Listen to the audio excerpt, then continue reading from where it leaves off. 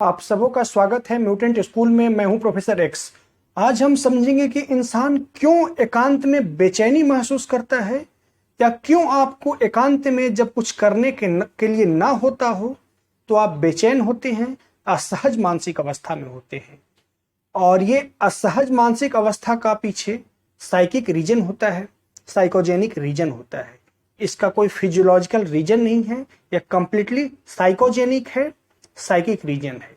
आपके अंदर का अशांति, आपके अंदर की बेचैनी, आपके अंदर की मानसिक पीड़ा, ये सारी चीज जो है साइकोजेनिक चीजें हैं।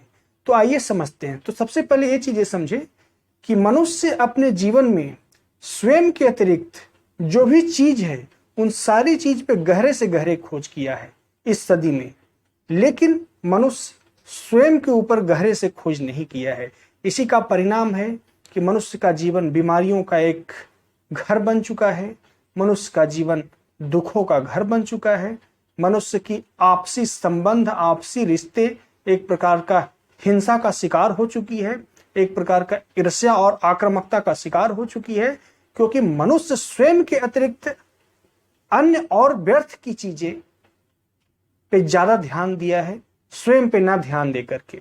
तो अब वक्त आ गया है कि मनुष्य स्वयं पे ध्यान दे, स्वयं की चेतना की ओर दृष्टि घुमाए और स्वयं की चेतना के विकास में, स्वयं के मनोविज्ञान के विकास में वक्त लगाए। तो आइए समझते हैं कि एक मनुष्य जब एकांत में होता है तो बेचैन क्यों होता है। क्योंकि प्राकृतिक रूप से जब एकांत में होना चाहिए मनुष्य को, तो शांत होना चाहिए, स्थिर होना चाहिए, उसे एक तरह का पीस ऑफ माइंड स्टेट में होना चाहिए, लेकिन प्रायः ऐसा नहीं होता। तो इसे समझिए, इसके मनोवैज्ञानिक कारण। आपका जो माइंड है, या कहा जाए आपकी जो साइकिक एनर्जी है, उसे आप संपूर्ण जीवन में, संपूर्ण जीवन का मतलब जब से आप जन्म लिए हैं और जब से आप युवा हुए हैं, इसी क्रम में आप अपनी साइकिक एनर्जी को सिर्फ एक ही चीज का प्रशिक्षण दिए हैं कि वो बाहरी फिजिकल एवं साइकोलॉजिकल कार्यों द्वारा, फिजिकल कार्य जैसे कि आप अपनी फिजिकल कार्य कुछ करते हैं, साइकोलॉजिकल कार्य का मतलब, फिजिकल कार्य का मतलब अपनी फिजिकल मूवमेंट के माध्यम से कोई कार्य को संपादित करते हैं। साइकोलॉजिकल कार्य का मतलब जिसे आप कुछ चीजें थिंकिंग करते हैं, किसी तरह का नेगेटिव पॉजिटिव इमोशंस को एक्सपीरियंस करते हैं।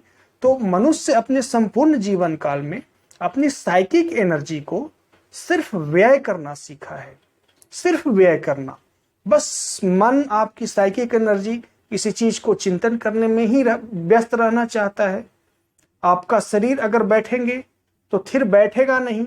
कई लोग जब शांत या एकांत में बैठेंगे उन्हें पाएंगे अपने पैर हिला रहे हैं, पीठ खुजा रहे हैं, जंघा खुजा रहे हैं, सर खुजा रहे हैं, चेहरे खुजा रहे हैं, नाखून चबा रहे हैं। तो व्यक्ति ऐसे काम करते हैं क्योंकि उनके अंदर की जो साइकिक एनर्जी है ना, वो अपने पूरे जीवन काल में सिर्फ उसको व्यय करना सिखाए हैं।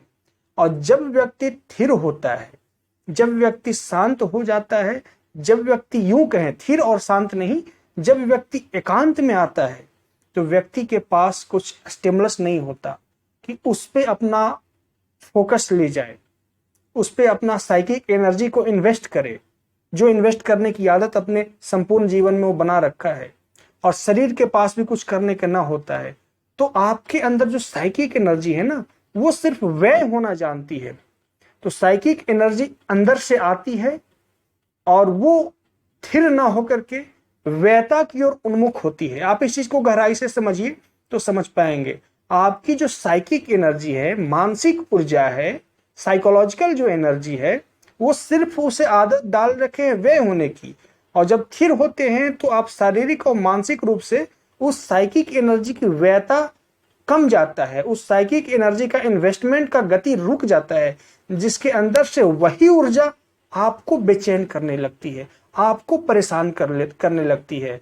या एक शब्दों में कहा जाए कि मनुष्य के जीवन में दुख का कारण उसके स्वयं के ऊर्जा उसे पीड़ा देना प्रारंभ करती है।